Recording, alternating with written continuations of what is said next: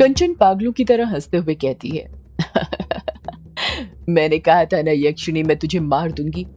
जादूगरनियों के जादू के आगे किसी का जादू नहीं चलता। आज की रात तेरी आखिरी रात है। यक्षिणी चाहकर भी कुछ नहीं कर पा रही थी। वो पहली बार अपने आप को निर्बल महसूस कर रही थी।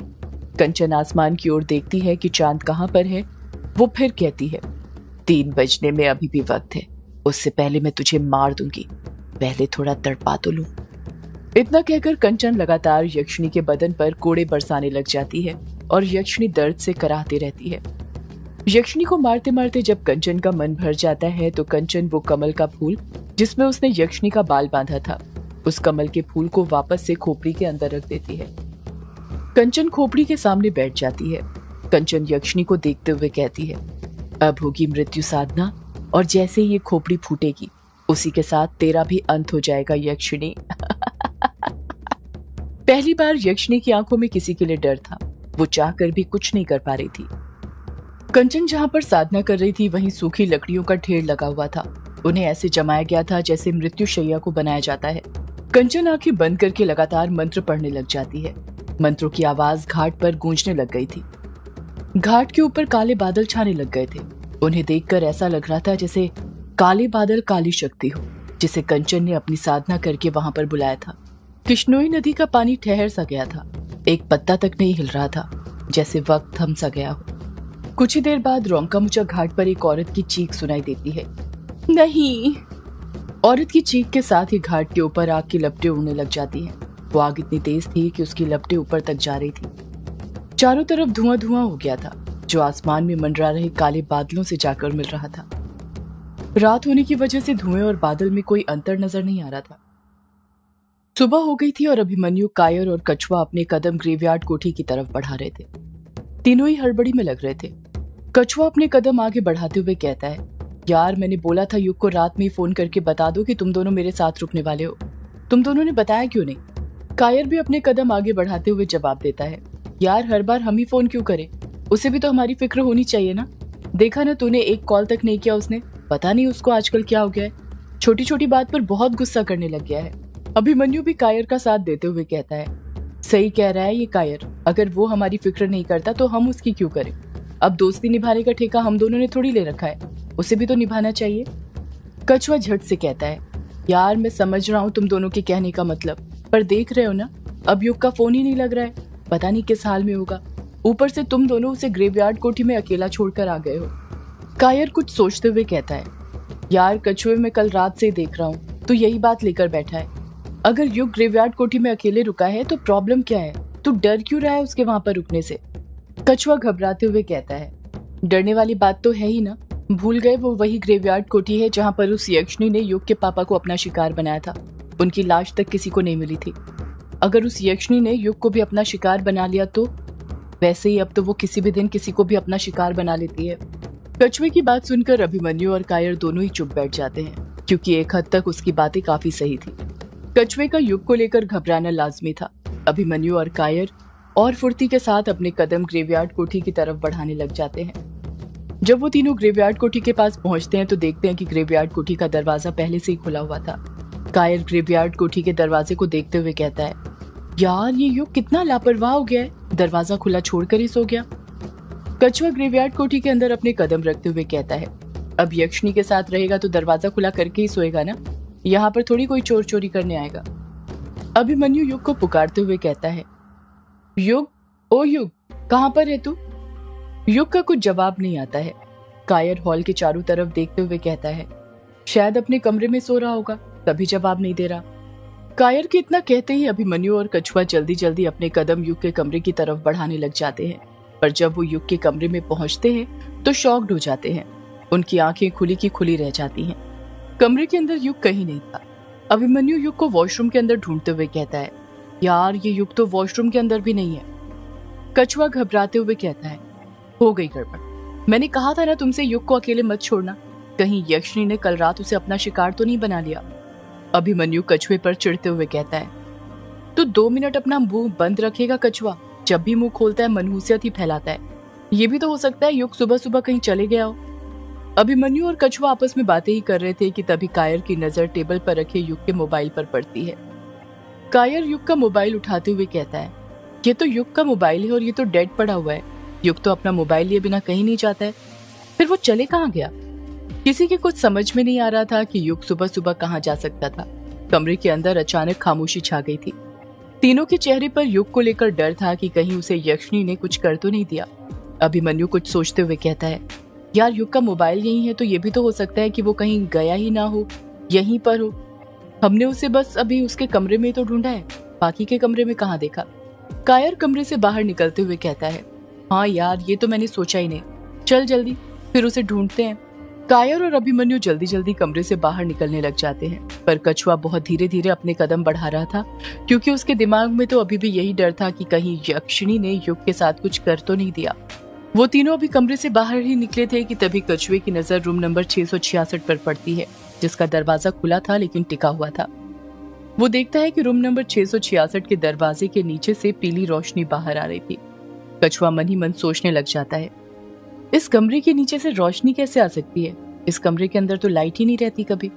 कछुआ धीरे धीरे रूम नंबर 666 के दरवाजे के पास जाता है और वहां पर खड़ा हो जाता है। कायर कछुए पर चिढ़ते हुए कहता है, कछुआ तू वहां पर खड़ा क्यों हो गया? नीचे चलना। कछुआ कायर के सवाल का कुछ जवाब नहीं देता है, क्योंकि उसे तो ये देखना था कि रूम नंबर 666 के अंदर क्या था। कछुआ नीचे झुकने लग जाता है। कायर अभिमन्यु से कहता है, यार अभिमन्यु देखना ये कछुआ क्या कर रहा है। जब कछुआ नीचे झुकता है और दरवाजे के नीचे देखता है तो उसके रोंगटे खड़े हो जाते हैं। कछुआ अपनी सुध-बुध खो बैठता है। वो देखता है कि कमरे के अंदर युग फर्श पर बेहोश था और उसके आसपास एक काला साया मंडरा रहा था। उस काले साये को देखकर ऐसा लग रहा था जैसे वो युग के अंदर समाने की कोशिश कर रहा था। ये देखकर कछुए के हाथ पैर कंपकपाने लग जाते हैं और वो चीखते हुए अपनी जगह से खड़ा हो जाता है। आह! कछुए को चीखता हुआ देख अभिमन्यु और कायर जल्दी से उसके पास पहुंच जाते हैं और दोनों एक साथ पूछते हैं, क्या हुआ कछुए, तू चीखा क्यों? कछुआ इतना डर गया था कि वो कुछ बोल नहीं पा रहा था। उसके चेहरे पर खौफ साफ नजर आ रहा था। अभिमन्यु कछुए की पीठ सहलाते हुए कहता है, कछुए घबरा मत और बता क्या हुआ। कछुआ हकलाते हुए कहता है, वो कमरे के अंदर युग है और उसके आसपास एक काला साया मंडरा रहा है। अभिमन्यु हैरानी के साथ कहता है, क्या? कछुआ अपना सिर हिलाते हुए कहता है, हाँ यार। कछुए को घबराता हुआ देख कायर भी घबरा जाता है। अभिमन्यु बड़ी ही बहादुरी के साथ नीचे झुकता है तो देखता है कि कमरे के अंदर अंधेरा छाया हुआ था, कुछ दिखाई नहीं दे रहा था। अभिमन्यु कछुए पर चिढ़ते हुए कहता है, कछुए तू पागल है क्या? ये कोई मजाक का वक्त है क्या? अंदर अंधेरा है और कुछ नहीं। कछुआ अभिमन्यु को अपनी बात पर यकीन दिलाते हुए कहता है, नहीं यार, मैं क्यों मजाक करूंगा, सच में कमरे के अंदर युग बेहोश पड़ा है और लाइट भी जल रही है।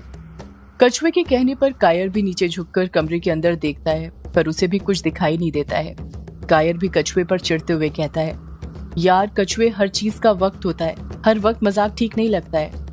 कछुआ मन ही मन सोचने लग जाता है, इन्हें युग दिखाई क्यों नहीं दे रहा, कहीं वो मेरा वहम तो नहीं था। यही सोचकर कछुआ एक और बार नीचे झुककर कमरे के अंदर देखने लग जाता है, पर उसे फिर युग दिखाई देता है, जिसके पास अभी भी एक काला साया मंडरा रहा था। कछुआ घबराते हुए कायर और अभिमन्यु से कहता है, यार तुम दोनों मेरी बात का यकीन करो, युग सच में अंदर ही है, माँ कसम। अभिमन्यु और कायर समझ जाते हैं कि कछुआ कभी अपनी माँ की झूठी कसम नहीं खाएगा, इसलिए वो दोनों एक बार फिर नीचे झुकने लग जाते हैं, पर इस बार भी उन्हें सिवाय अंधेरे के कुछ दिखाई नहीं देता है। कायर कछुए पर भिन्नाते हुए कहता है, हद होती है यार कछुए झूठ बोलने की भी। अब तू मजाक के लिए आंटी जी की भी झूठी कसम खाने लग गया। तुझे कहाँ अंदर युग दिखाई दे रहा है? कायर ने इतना ही कहा था कि तभी युग की फुसफुसाती हुई आवाज सुनाई देती है, यामिनी, यामिनी, यामिनी। अभिमन्यु युग की आवाज सुनते हुए कहता है, यार ये तो युग की आवाज है और ये तो रूम नंबर 666 के अंदर से आ रही है। इसका मतलब ये हुआ कि युग इसी कमरे के अंदर है। कछुआ कहता है, देखा तुमने, मैं कह रहा था ना युग इसी कमरे में है, पर तुम दोनों की मेरी बात का यकीन ही नहीं कर रहे हो। कायर अपने माथे का पसीना पोंछते हुए कहता है, पर ये युग रूम नंबर 666 के अंदर क्यों गया, ये जानते हुए भी कि इस कमरे के अंदर यक्षिणी को कैद किया गया था। इसके अंदर जाना खतरे से खाली नहीं है। अभिमन्यु दरवाजा खोलने की कोशिश करते हुए कहता है, ये सब बाद में सोचेंगे, पहले मेरी दरवाजा खोलने में मदद करो। ये खुल ही नहीं रहा है, पता नहीं कैसे लगाया युग ने इसे अंदर से। कायर और कछुआ भी अभिमन्यु की दरवाजा खोलने में मदद करने लग जाते हैं, पर वो दरवाजा खुल ही नहीं रहा था। उन तीनों ने अपने शरीर की पूरी ताकत लगा दी थी, फिर भी दरवाजा खोलने में नाकामयाब थे।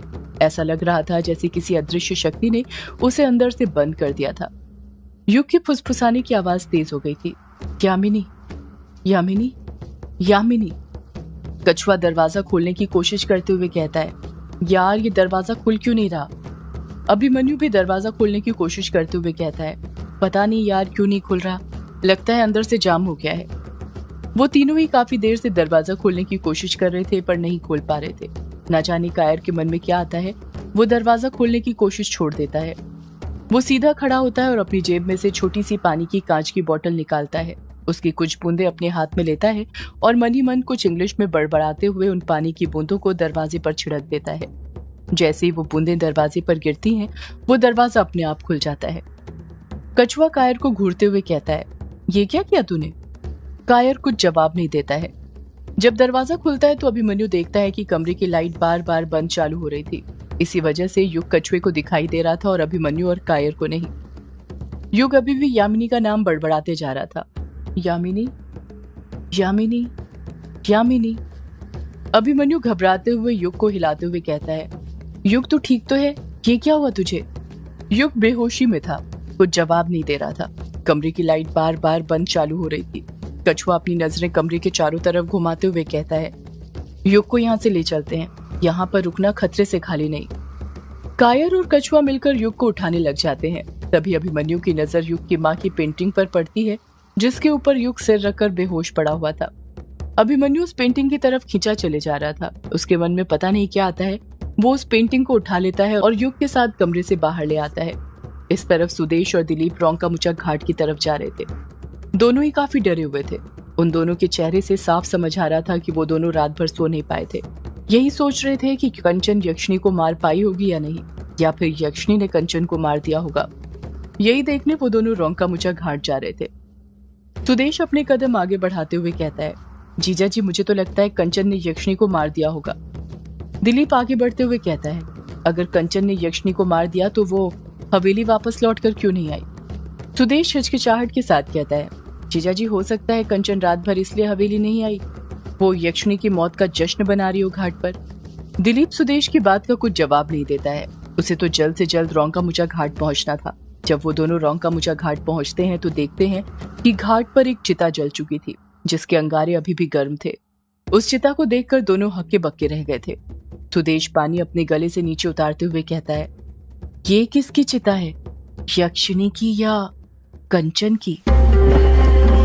सदियों से है पुरानी ये है यक्षिणी की कहानी।